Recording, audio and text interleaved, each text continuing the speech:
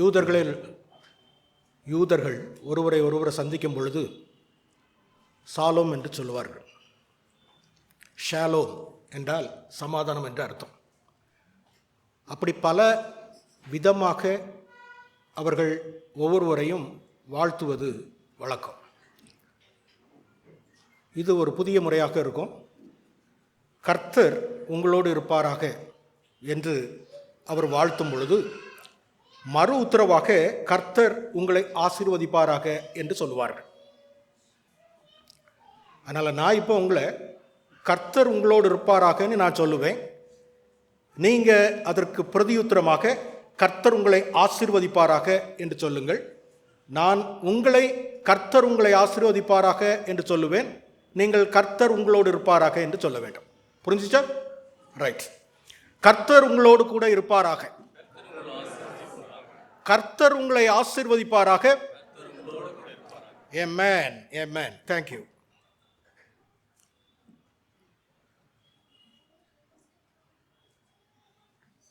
ஒருத்தன் வேகமாக ஓடி வந்து ஒரு டாக்டர் அறைக்குள்ளே போனான். அப்போ டாக்டர் சொன்னார், உட்காருப்பா என்று சொன்னார். அவன் உட்கார்ந்து சொன்னான், எனக்கு பயங்கரமாக வயிறு வலிக்குது டாக்டர் என்று சொன்னான். டாக்டர் சொன்னார், நீ தப்பான ஹாஸ்பிட்டலுக்கு வந்திருக்க. இது மெண்டல் ஹாஸ்பிட்டல், சரியா? உனக்கு வயிறு வலிச்சிச்சுன்னா பக்கத்து தெருவில் ஒரு ஆஸ்பத்திரி இருக்குது. நீ அங்கே போயிட்டீன்னா உன்னுடைய வயிற்று வலிக்கு குணமாக வாய்ப்புண்டு என்று சொன்னார். அவன் சொன்னான், டாக்டர் கேளுங்க, முதல்ல எனக்கு வயிற்று வலிக்கு, எதுக்கு வயிற்று வலிக்குன்னு கேளுங்க சொன்னான். டாக்டர், சரிப்பா எதுக்குப்பா உனக்கு வயிற்று வலிக்குது என்று கேட்டார். நான் ஒரு குதிரையை நேற்று ராத்திரி ஒழுங்கிட்டேன், அதனால வயிற்று வலிக்குது என்று சொன்னான். சரி சரி, சரியான இடத்துக்கு தான் நீ வந்திருக்க சொல்லி மாத்திரையை கொடுத்து அவரை படுக்க போட்டாச்சு. அவர் ஒரு 4 மணி நேரம் நல்லா தூங்கினார். தூங்கி எந்திரிச்சார். உடனே டாக்டர் அவர் பக்கத்தில் போய், எப்பாட ரொம்ப சந்தோஷம், உனக்கு ஆப்ரேஷன் சக்ஸஸ்ஃபுல்லாக முடிஞ்சிச்சு, நீ நேற்று ஒழுங்கின குதிரையை நாங்கள் வெளியில் எடுத்துட்டோம் என்று சொன்னார். குதிரையை வெளியில் எடுத்துட்டீங்களா என்று கேட்டார். குதிரை உயிரோடு இருக்குப்பா, உனக்கு தெரியுமா என்று கேட்டார். குதிரை உயிரோடு இருக்கா, எனக்கு காண்பீங்க என்று சொன்னான். அப்போ டாக்டர் அவனை வெளியில் கூட்டிகிட்டு வந்து கட்டி வைத்திருந்த குதிரையை காண்பித்தார். அவன் அதை கொஞ்ச நேரம் பார்த்துக்கிட்டு இருந்தவன் வேகமாக திரும்பினான். டாக்டரை ஓங்கி ஒரு அறை விட்டான். டாக்டர் அதிர்ந்து போனார். எதுக்குடா என்ன அடிக்கிறான்னு கேட்டார். டாக்டர், நான் ஒழுங்கினது கருப்பு குதிரை, நீங்கள் வெள்ளை குதிரையை கட்டி வச்சிருக்கீங்க, நீங்கள் போலி டாக்டரா என்று கேட்டார். நான் ஒருத்தரை வாழ்த்துவதற்கு மறந்து விட்டேன். சகோதரர் கார்த்திக் அவர்கள் அவருடைய திருமதியோடு கூட இருப்பது மிகுந்த மகிழ்ச்சி. நாங்கள் சாப்பாடு இங்கே கிடைக்கும்னு நினச்சோம், அவர் கேரளாவில் போட்டார் என்று நினைக்கிறேன். சரி, பரவாயில்லை, கர்த்தர் உங்களை ஆசீர்வதிப்பாராக. இன்றைய தியானத்திற்காக நான் எடுத்துக்கொண்ட வேத பகுதியானது எரேமியாவின் புஸ்தகம் 13ஆம் அதிகாரம் 23வது வசனம். எரேமியாவின் புஸ்தகம் 13ஆம் அதிகாரம் 23வது வசனம் இவ்வாறு சொல்லுகிறது, எத்தியோப்பியன் தன் தோலையும் சிவிங்கி தன் புள்ளிகளையும் மாற்றக்கூடுமோ? கூடுமானால் தீமை செய்ய பழகின நீங்களும் நன்மை செய்யக்கூடும். என்ன வசனம் ஒரு மாதிரி இருக்கே என்று பார்ப்பீங்க. வருஷம் கடந்து போயிட்டே இருக்கு, மாதங்கள் கடந்து போய்கொண்டே இருக்கிறது, நாட்கள் கடந்து போய்கொண்டே இருக்கிறது. 2021ஆம் ஆண்டை முடிப்பதற்கு இன்றும் 13 நாட்களே உள்ளது. அதை முடிச்சுட்டு 2022க்குள்ள நாம் காலடி வைக்க இருக்கிறோம். எத்தியோப்பியன் தன் தோலையும் சிவிங்கி தன் புள்ளிகளையும் மாற்றக்கூடுமோ? கூடுமானால் தீமை செய்ய பழகின நீங்களும் நன்மை செய்ய கூடும். இது எரேமியா தீர்க்கதரிசியை கொண்டு யூத ஜனங்களையும் எருசலேமில் வாழ்ந்த ஜனங்களுக்கும் எச்சரிப்பாக கொடுக்கப்பட்ட ஒரு செய்தி. எத்தியோப்பியன் சொன்னீங்கன்னா ஆப்பிரிக்கன்ஸ், நீக்ரோ இல்லை, நீக்ரோன்னா அது அடிமைகள்னு அர்த்தம். ஆப்பிரிக்கன்ஸ். அப்ப ஆப்பிரிக்கன்ஸ் உடைய தோலின் கலர் உங்களுக்கு தெரியும். தோலின் கலர் அதை மாற்றக்கூடுமோ? மாற்றக்கூடுமோ? அப்படி மாற்றக்கூடுமானால் தீமை செய்ய பழகின நீங்களும் நன்மை செய்யக்கூடும். இன்னைக்கு ஏகப்பட்ட பியூட்டி பார்லர், ஏகப்பட்ட கிரீமுங்க, ஏகப்பட்ட கிரீம். முகத்துக்குன்றான், தோலுக்குன்றான், கைக்குன்றான், காலுக்குன்றான், முழு உடம்புக்கு என்று சொல்லுகிறான். நிறத்தை மாத்திரலாமான்னு ட்ரை பண்றோம். அது பெண்களுக்கு மாத்திரமல்ல, ஆண்களுக்கும் இருக்கு. ஆண்களுக்கு ஏகப்பட்ட கிரீம் இப்போ வந்திருக்கு.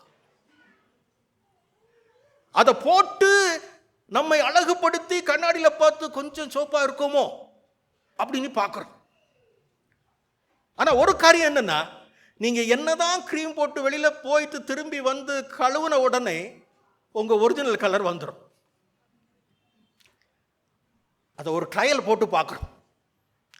அடுத்தது சிவிங்கி தன் புள்ளிகளை மாற்றக்கூடுமோ? ஒட்டக சிவிங்கின்னு நம்ம சொல்லுவோம். ஆனால் அந்த வேர்டில் இங்கிலீஷில் பாருங்க, த லெப்பர்ட் ஹிஸ் ஸ்பாட்ஸ் என்று கொடுக்கப்பட்டிருக்கிறது. அப்போ லெப்பர்டுக்கு சிவிங்கி டிரான்ஸ்லேஷன் இல்லை, தமிழாக்கம் இல்லை. லெப்பர்டுனா சிறுத்தைகள், சிறுத்தை புலிகள் என்று சொல்லலாம். அதை நீங்கள் போய் வீட்டில் போய் படத்தை போட்டு பாருங்க. அந்த சிறுத்தைகளுக்கு புள்ளி புள்ளியாய் இருக்கும், உடம்பில் புள்ளி புள்ளி கரும் புள்ளிகளாய் இருக்கும். அந்த புள்ளிகளை நீங்கள் நீக்கக்கூடுமானால் தீமை செய்ய பழகின நீங்களும் நன்மை செய்யக்கூடும். இது it is connected with our natural man, ஜென்ம ஸ்வாபம். இன்றைக்கு நான் எடுத்துக்கொண்ட தலைப்பானது ஜென்ம ஸ்வாபம். ஆங்கிலத்தில் நேச்சுரல் மேன் என்று கொடுக்கப்பட்டிருக்கிறது. நேச்சுரல் மேன் என்றால் கார்னல் மேன் என்று கொடுக்கப்பட்டிருக்கிறது. 1 கொரிந்தியரின் புஸ்தகம் 2:14 இவ்வாறு சொல்லுகிறது. 1 கொரிந்தியரின் புஸ்தகம் 2ஆம் அதிகாரம் 14வது வசனம் இவ்வாறு சொல்லுகிறது, ஜென்ம ஸ்வாபமான மனுஷனோ தேவனுடைய ஆவிக்குரிய காரியங்களை ஏற்றுக்கொள்ளான். ஜென்ம ஸ்வாபமான மனுஷனோ தேவனுடைய ஆவிக்குரிய வைகளை ஏற்றுக்கொள்ளான். இந்த பாடி நம்மளால் பார்க்கக்கூடிய பாடி, a seen body. There are two bodies in us. One is visible, another one is invisible. One can be seen, one can be unseen. அது 1 கொரிந்தியரின் புஸ்தகம் 15ஆம் அதிகாரம் 44வது வசனம் இவ்வாறு சொல்கிறது. 1 கொரிந்தியரின் புஸ்தகம் 15ஆம் அதிகாரம் 44வது வசனம்.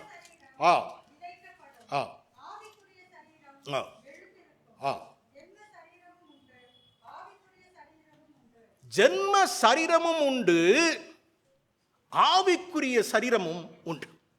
ஆக 2 சரீரத்தை உடையவர்களாக நாம இருக்கிறோம்.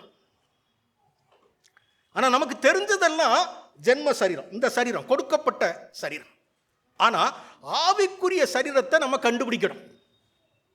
we have to find it. அது ஒவ்வொரு மனுஷனுக்கும் கொடுக்கப்பட்டிருக்கிற ஒரு பரிசாக இருக்கிறது.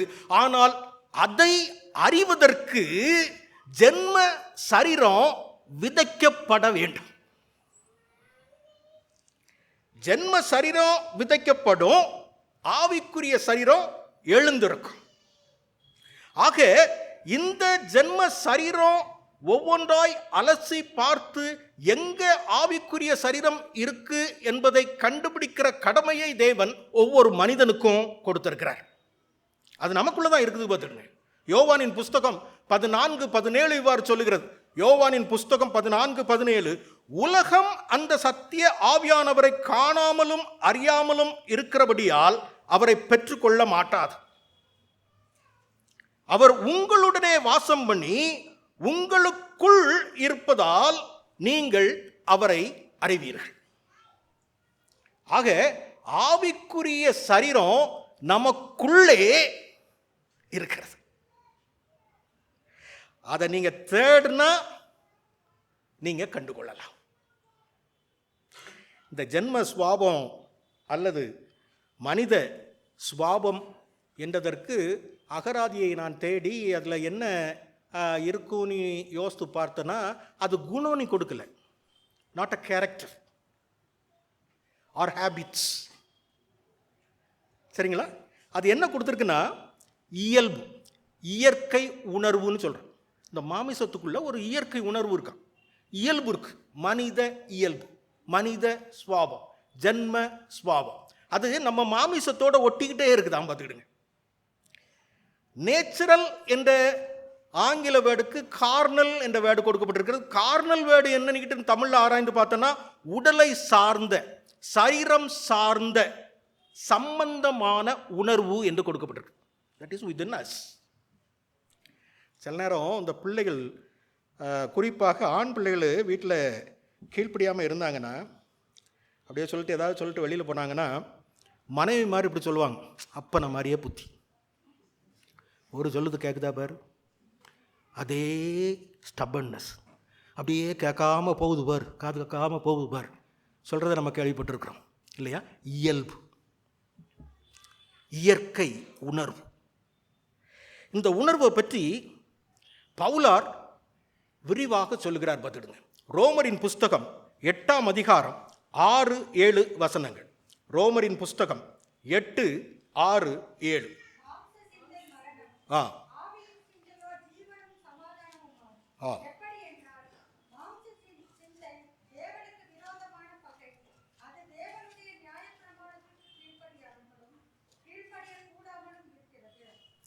இந்த மாமிசம் ஆவிக்குரிய சரீரத்தை வளர்க்க விடாதான். It never allows to grow spiritually. இந்த மாமிச இச்சைன்னு சொல்கிறோம் பார்த்தீங்களா? அதான் நம்ம பைபிளை எடுத்து உட்கார்ந்த உடனே யாராவது ஃபோன் பண்ணுவாங்க. கேட்டால் 2 வசனம் தான் வாசித்திருப்போம். அந்த ஃபோன் காலில் பேசுகிறவங்க முடிப்பாங்கன்னு பார்த்தீங்கன்னா அவங்க 1.5 ஹவருக்கு பேசிக்கிட்டே இருப்பாங்க.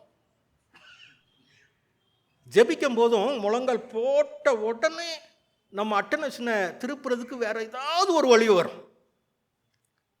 இந்த மாமிச சரீரம் ஆவிக்குரிய சரீரத்தோடு என்றென்றும் போராடி கொண்டே இருக்கிறது. என்றென்றும் என்றென்றும் எப்போதும் எல்லா நிமிஷத்திலும். ஜென்ம சுவாபம் எல்லாருக்கும் உரியது. ஐ டோன்ட் ஹேவ்னு சொல்ல முடியாது, எல்லாருக்கும் உரியது. ஒரு பிள்ளை தாயின் வயிற்றுல உருவாகும் போது 3 மாசத்துல அந்த கரு தாய் என்ன ஃபீல் பண்ணுதோ அதை ஃபீல் பண்ணுதான். It's not fully formed. ஆனாலும் மம்மி ரொம்ப சந்தோஷமா இருந்தா அந்த கரு சந்தோஷமா இருக்கா. மம்மி அழுதானா அது ரொம்ப சேட் ஆகுதா. சின்னோண்டு அணு மாமிசம் ஜென்ம சுவாபம் கடந்து அந்த குழந்தைக்குள் செல்லுகிறது. எல்லாருக்கும் இருக்கு, பார்த்துடுங்க, எல்லாருக்கும். அவர் அழகா அதை எக்ஸ்பிளைன் பண்றாரு. நம்ம கலாத்தியரின் புஸ்தகம் 5:17 பவுலார் சொல்லுகிறார். கலாத்தியரின் புஸ்தகம் 5:17, மாமிசம் ஆவிக்கு விரோதமாகவும் ஆவி மாமிசத்திற்கு விரோதமாகவும் இச்சிக்கிறது. நீங்கள் செய்ய வேண்டும் என்று இருக்கிறவைகளை செய்யாதபடிக்கு இவைகள் ஒன்றுக்கு ஒன்று விரோதமாய் இருக்கிறது. கலாத்தியர் 5:15 இப்படி சொல்லுது. என்னுடைய மாமிசம் என்னுடைய ஆவிக்கு விரோதமாய் இருக்கிறது. எனக்குள்ள வாசம் செய்கிற பரிசுத்த ஆவியானவருக்கு விரோதமாய் அது இருக்கிறது. அதனால நான் என்ன செய்யணும்னு பரிசுத்த ஆவியானவர் விரும்புகிறாரோ அதை செய்யாதவாறு அது தடுத்து நிறுத்துகிறது. அதனால்தான் குடும்பத்தில் பிரச்சனைகள், அதனால்தான் வாழ்க்கையிலே பிரச்சனைகள். திருமணமான புது தம்பதி வந்திருக்காங்க, ரொம்ப சந்தோஷம். இனிதான் உங்களுடைய ஆவிக்குரிய வாழ்க்கை தொடங்க போகுது. So important. பிள்ளைக்காக வேண்டணும். நம்ம நினச்ச உடனே கிடைக்கிறது இல்லை, நம்முடைய பலத்தில் கிடைக்கிறது இல்லை, நம்முடைய பராக்கிரமத்தில் கிடைக்கிறது இல்லைங்க. கடவுள் கொடுத்தா தான் நம்ம வாங்க முடியும். அந்த குழந்தை வெளியில் வந்து விழுந்த உடனே மாப்பிள்ளை வீட்டில் சொல்லுவாங்க, என்னடா ஓ முகம் மாதிரியே இருக்கு பாரு, உன்ன மாதிரியே பிறந்திருக்குடான்னு சொல்லுவாங்க. அது அப்படியே பிறந்திருக்காது, ஆனாலும் சொல்லுவாங்க. பொண்ணு வீட்டார் வந்து பார்த்துட்டு, உன்ன மாதிரி அச்சா பிறந்திருக்கான் பாரு, கிரெடிட்டை 2 பேரும் பிடுங்கிக்கிடுவாங்க. உன்ன மாதிரி தான், என்ன மாதிரி தான். இதில் சகுனி மாதிரி உறவினர் ஒருத்தர் வருவார். அவர் அப்படியே பார்த்துட்டு, என்ன 2 பேர் மாதிரியுமே இல்லையே, வேற கலரெல்லாம் இருக்குது, அங்கே மூட்டி விட்டுட்டு போயிடுவார். எல்லா குடும்பத்துலேயும் சகுனின்னு ஒரு ஆள் இருக்கும், போட்டு விட்டுட்டு போயிடுவாங்க. ஆனால் தகப்பனும் தாய் போலும் தான் பிள்ளை பிறக்கும். கண்ணு தாய் மாதிரி இருக்கும், மூக்கு தகப்பன் மாதிரி இருக்கும், காது தகப்பன் மாதிரி இருக்கும். சிறு குழந்தையில் அந்த ஆக்ஷன்லேயே உங்களுக்கு தெரிஞ்சிடும், இது அம்மா குணத்தை கொண்டிருக்கா அப்பா குணத்தை கொண்டிருக்கான்னு. அது பால் கொடுக்கும் போதே தெரிஞ்சிடும், டபார்னு தட்டி விட்டுரும். அப்போ என் புத்தி தெரிஞ்சிருச்சு பத்தியா. பசி அடங்காமல் கத்திக்கிட்டே கிடக்கும். கணவன் அப்படி பார்த்து சொல்வார், கரெக்ட் தான், குணம் அப்படியே இருக்க, பொம்பளை பிள்ளை எங்கள் ஜென்மத்திலேருந்து வந்திருக்கு. இந்த குணங்கள் நீ நம்ம பேர் வச்சிருக்கோம், ஆனால் ஜென்ம சுவாபங்கள். தகப்பனுக்கு தும்மல் எடுத்துச்சுன்னா பிறந்த பிள்ளையும் தும்மும், இழுப்பு இருந்துச்சுன்னா இழுப்பு இருக்கும். ஒரு கருப்பு டாட்டு ஒரு இடத்துல இருந்து தாய் பெண் பிள்ளையை பெற்றானா அந்த டாட்டு அந்த பெண் பிள்ளைக்கு இருக்கும். எனவே தான் ஜென்ம சுவாபம் என்பது ஆதாம் முதல் தொடர்ந்து வருகிறது என்று அறிஞர்கள் சொல்லுகிறார்கள். அதை மாற்றவே முடியாது. இந்த ஆவிக்குரிய போராட்டத்தை ஒவ்வொரு மனிதனும் போராடியே ஆக வேண்டும். It's a struggle for the spiritual life. ஆவிக்குரிய சரீரம் வளரணும்னா மாமிச சரீரம் புதைக்கப்பட வேண்டும். ரோமரின் புஸ்தகம் 7ஆம் அதிகாரம் 18வது வசனம் முதல் 20வது வசனத்தை நாம் வாசித்தோம் என்றால், ரோமருக்கு எழுதின புஸ்தகம் 7ஆம் அதிகாரம் 18 முதல் 20 வரை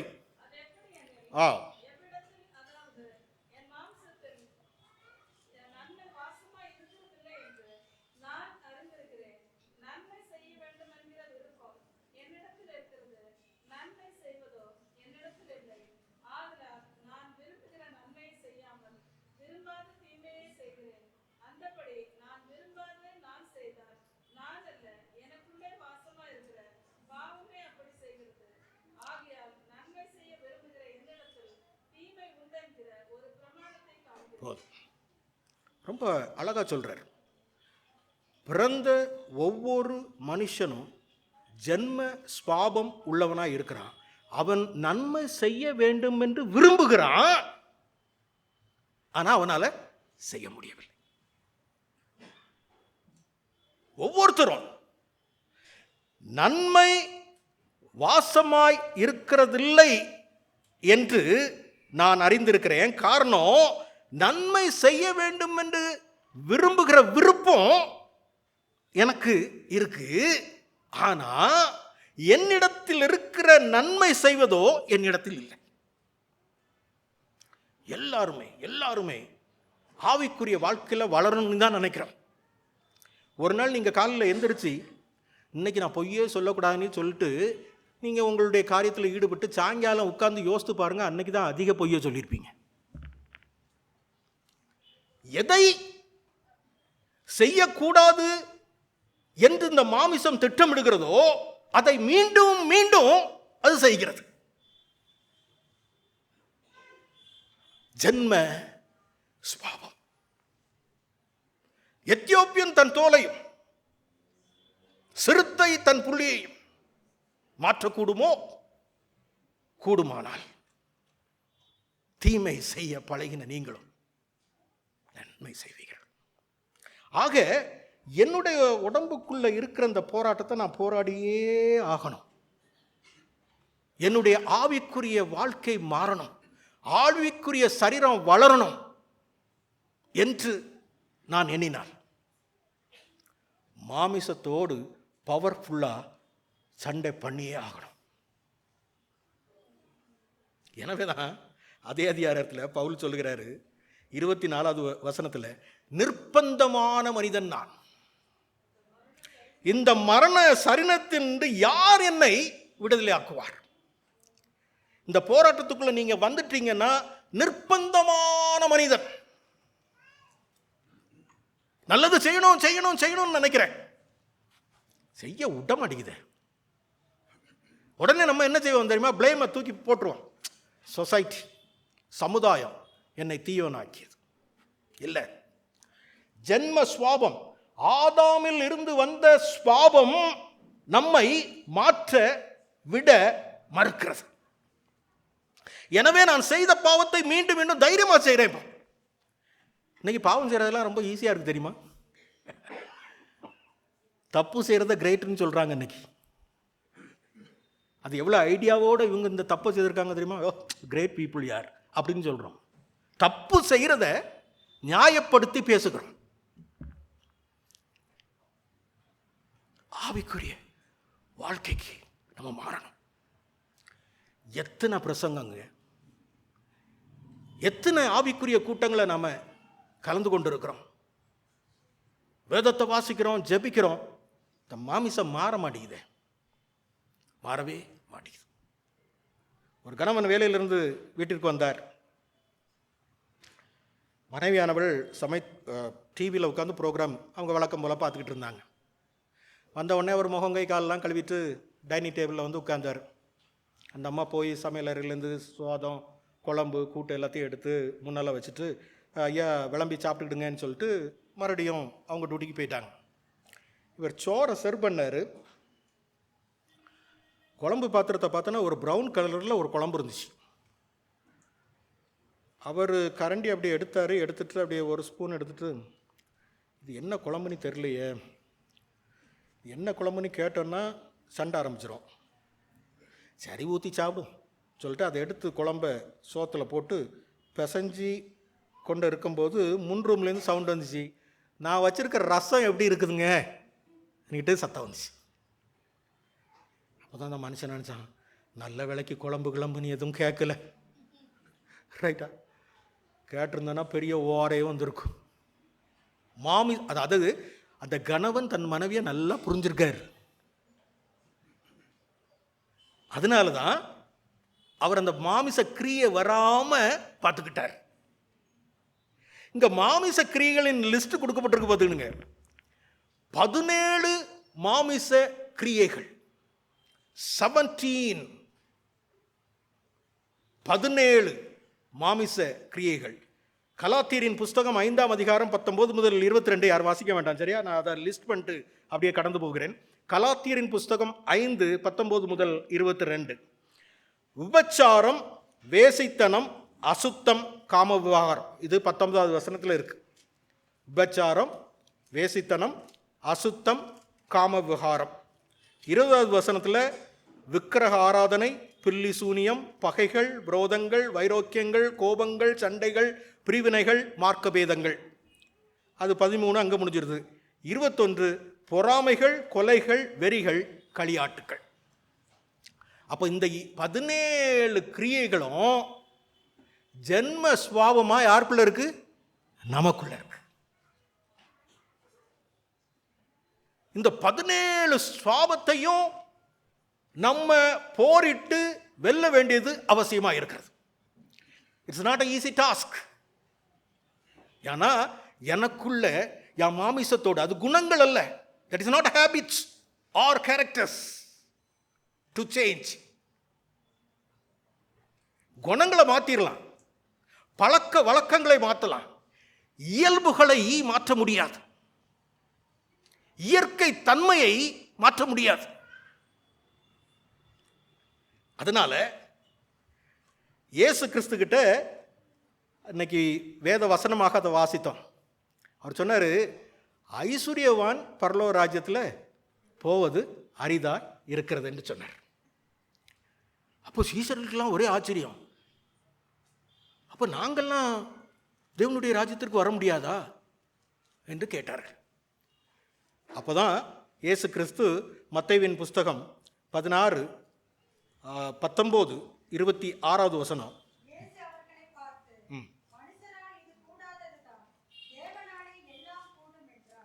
இயேசு அவர்களை பார்த்து, மனுஷரால் இது கூடாதுதான், தேவனால் எல்லாம் கூடும். ஆக இந்த மாமிச இயல்பை நான் எவ்வளவுதான் என்னுடைய மாமிசத்தை கொண்டு ஓவர் கம் பண்ணணும்னு ட்ரை பண்ணாலும் என்னால் தோல்வியை தான் சந்திக்க முடியும். Dear church members, we are doing the same thing again and again. We are coming to church, we are praising God, we are reading Bible, we are hearing the sermons, we are praying long. That can never change the natural man.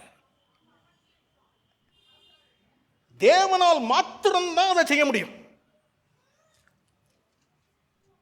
மனுஷனால் அது கூடாத காரியம், தேவனால் அது கூடும். அதுக்கு என்ன செய்ய வேண்டும் என்பதை மத்தேயுவின் புஸ்தகம் 16:23 இவ்வாறு சொல்லுகிறது. மத்தேயுவின் புஸ்தகம் 16:23, அவரோ திரும்பி பேதுருவை பார்த்து, எனக்கு பின்னாக போ சாத்தானே, நீ எனக்கு இடரலாய் இருக்கிறாய், தேவனுக்கு ஏற்றவைகளை சிந்தியாமல் மனுஷருக்கு ஏற்றவைகளை சிந்திக்கிறாய். அப்போ பரிசுத்த ஆவியானவரை நான் எழுப்பி விட வேண்டியது இருக்கு. எனக்குள்ள வாசம் பண்ணி இருக்கிற ஆவியின் சரீரத்தை நான் தட்டி எழுப்ப வேண்டியது இருக்கு. அதுக்கு பிராக்டிஸ் அவசியம். என்னுடைய சிந்தனையை நான் உட்கார்ந்து பார்க்கணும்.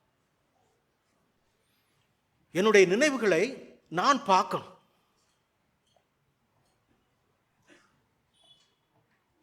அந்த practical life is needed.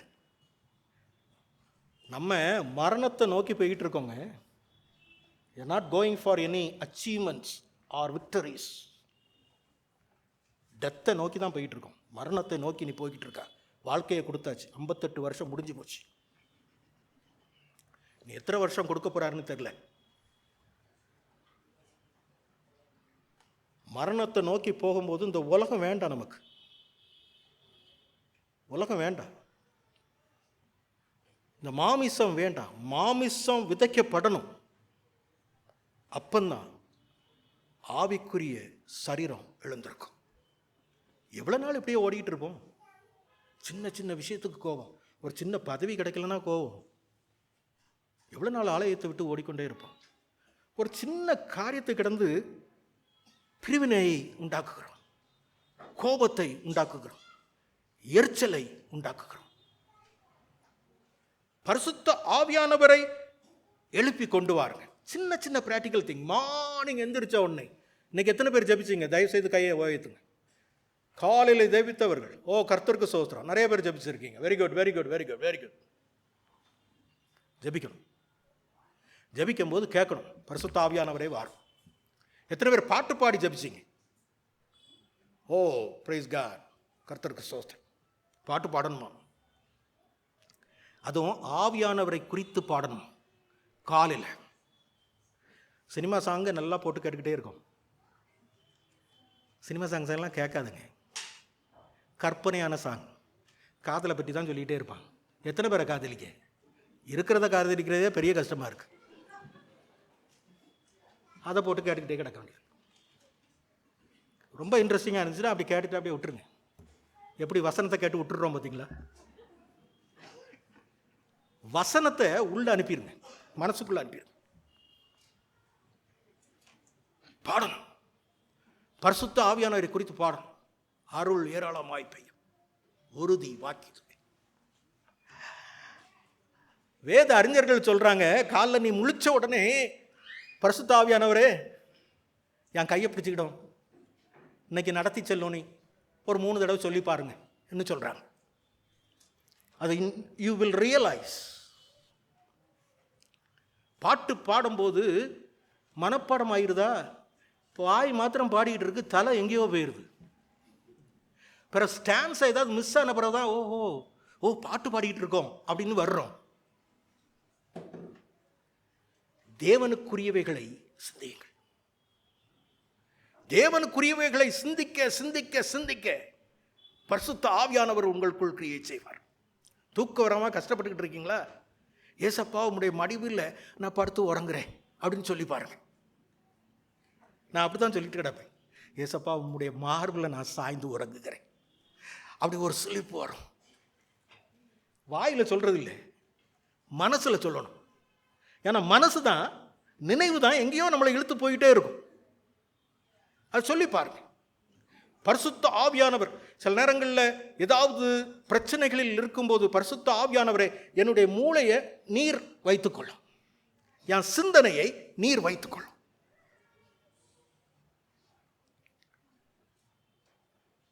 Ethiopian தன் தோலை மாற்ற முடியாது,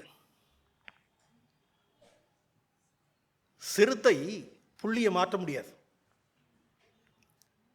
ஆனால் குணத்தை மாற்ற முடியும், இயல்பை மாற்ற முடியும்.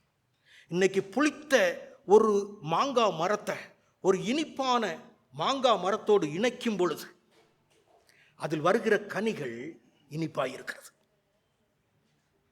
அதே போல எவ்வளவு தூரம் உங்களுடைய சிந்தனையிலே நீங்கள் ஆவிக்குரிய காரியங்களை சிந்தித்துக் கொண்டிருக்கிறீர்களோ அவ்வளவுக்குள் பரிசுத்த ஆவியானவர் உங்களை நிரப்புவார். அவர் நிரப்பும் போது அவர் உங்களை நடத்துவார். அவருடைய சிந்தனையை அவர் உங்களுக்கு தருவார். அந்த சிந்தனை மாறணும், செட்டப் மாறணும். ஒரு கர்ப்பவதி நடந்து வர்றான்னா, சுகப்பிரசவம் நடக்கட்டும், கர்த்தர் உன்னை ஆசீர்வதிப்பாராக, அப்படி மனசுல யோசித்து பாருங்க. எதிரி உங்களை எதிரிட்டு வரும்போது கர்த்தர் அவரை ஆசீர்வதிப்பாராக. என்னத்தையும் என்னை பற்றி சொல்லிட்டு போட்டு, God will bless. வீட்டுக்குள்ள பிரச்சனைகள் இல்லை, பிள்ளைகளுக்குள்ளேயோ துணையாருக்குள்ளோ ஒரு மாதிரி சவுண்ட் வர்ற நேரம், பரிசுத்த ஆவியானவரை வாரும். குடும்பத்துக்குள்ளதான் ஆவிக்குரிய வாழ்க்கையை தொடங்கும் பிரியமானவர்களே. அங்கே சரியாயிடுச்சுன்னா அப்படியே தெருவில் வரும். தெருவில் வந்து நீங்கள் போகிற இடங்களில் வரும், போகிற குடும்பங்களில் வரும். அதான் சொல்கிறாரு, நீ போகிற இடத்துல சமாதானம் உண்டாகும். நீ கர்த்தரோட இருந்தால் தான் அதை அனுபவிக்க முடியும். எலிசா அற்புதம் செய்தான், எலியா அற்புதம் செய்தார்னா நம்ம சொல்லிகிட்டு இருக்கக்கூடாது, நம்மளாலையும் அதை செய்ய முடியும். ஒரு வீட்டுக்குள்ளே நீங்கள் நுழைஞ்சிங்கன்னா, பாஸ்டரையா நீங்கள் வந்ததுனால எங்களுக்கு ஆசீர்வாதம், அதை ஒரு சின்ன பிள்ளை கூட செய்ய முடியும். தேவனுடைய சிந்தனைக்குள் வரும் பொழுது, தேவனுடைய சிந்தனை வரணும்னா பரிசுத்த ஆவியானவர் நிச்சயமாய் வர வேண்டும். ஆகையினால எப்பவுமே ஜெபிக்கும் போது பரிசுத்த ஆவியானவரே வாரும், நிரப்போம் நிரப்போம் நிரப்போம், கெஞ்சிங்க, மாறுதலை காண்பீர்கள். வீட்டுக்குள்ள மாறுதல் இருக்கும், வாழ்க்கையில மாறுதல் இருக்கும், என்னுடைய ஜென்ம சுபாவத்தில் மாற்றம் இருக்கும். எனக்கு எதிராக 1000 பேர் நின்று பேசினாலும் என்னுடைய மனதிற்குள் பரிசுத்த ஆவியானவர் அமைதியை தருவார், அவர்களை ஆசீர்வதிக்கும்படி செய்வார். அப்படிதான் நம்ம டெவலப் பண்ணணும். நம்ம சாகிறதுக்குள்ள தேவனுடைய ராஜ்யத்தை அடைவதற்குரிய பாக்கியத்தை பெற வேண்டும். அதுதான் லைஃப் கோல். அது மாறலாம், கொஞ்ச நாள் ஆகலாம். அந்த மரத்தை வெட்டுற இதில் சொல்கிறார்களா, 3 வருஷமா நான் இதற்கு தண்ணீர் வார்த்தேன், ஒரு கனியையும் காணவில்லை. சட்டுனி ஆவிக்குரிய வரங்கள் வந்துடாது, சட்டுனி ஆவிக்குரிய சரீரம் பெருசாயிராது. Practice practice. 2 கை அடிச்சாதாங்க சத்தம் வரும். பரிசுத்த ஆவியானவர் உங்களுக்குள்ள இருக்காரு, நீங்க அதுக்கு கோஆபரேட் பண்ணணும். அந்த சுதந்திரத்தை, the power of choice is given to you. அதை செய்து பாருங்க, ஆசீர்வாதத்தை பெறுங்க, வெற்றியை பெறுங்க, தோல்வியை பெறுங்க, வியாதியை பெறுங்க, வேதனைகளை பெறுங்க. எல்லாமே வாழ்க்கையில் உண்டு. ஒன்லி கடவுளை நம்பினவொன்னே எனக்கு வெற்றி தான் வரும், ஐஸ்வர்யம் தான் வரும், தோல்வியே இல்லை, வியாதியே இல்லை, எங்கேயும் அப்படி எழுதப்படவில்லை. எல்லா நேரத்திலும் தேவனை சோஸ்தரியுங்கள்.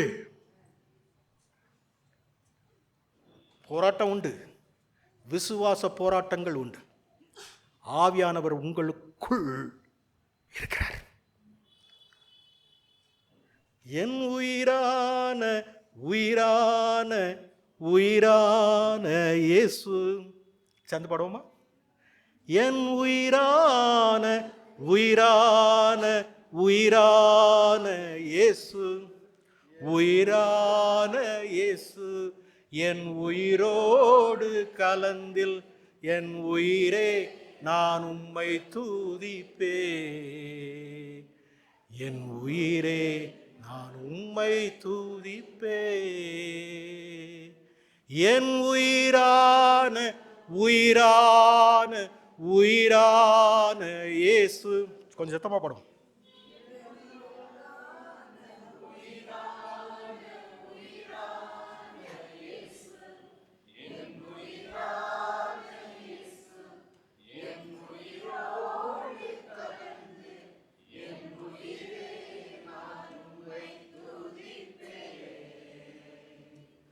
என் உயிரே நான் உம்மை துதிப்பே. என்ன நடந்தாலும் சோஸ்திரம் சொல்லுங்க. என்ன நடந்தாலும் சோஸ்திரம்.